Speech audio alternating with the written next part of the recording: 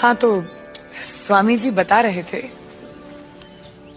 कृष्णा और रुक्मिणी का संवाद चल रहा था। रुक्मिणी ने कृष्णा से कहा, प्यार तो हमने भी तुमसे किया था, फिर भी ऐसा क्यों लगता है तुम्हारी पत्नी ना होकर तुम्हारी प्रेयसी होते तो अच्छा होता। क्यों? कृष्णा ने भी यही सवाल किया, क्यों?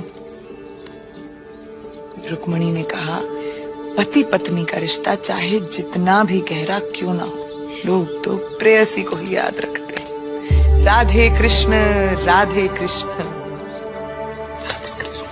काशी तुम हमारे लिए उतनी ही प्रिय हो जितनी की मस्तानी। कृष्णा ने भी यही कहा था। हमने कभी तुम दोनों की तुलना नहीं की। जय हो, उसकी और हमारी तुलना तो हो ही नहीं सकती। हमने आपके साथ रास लीला जो नहीं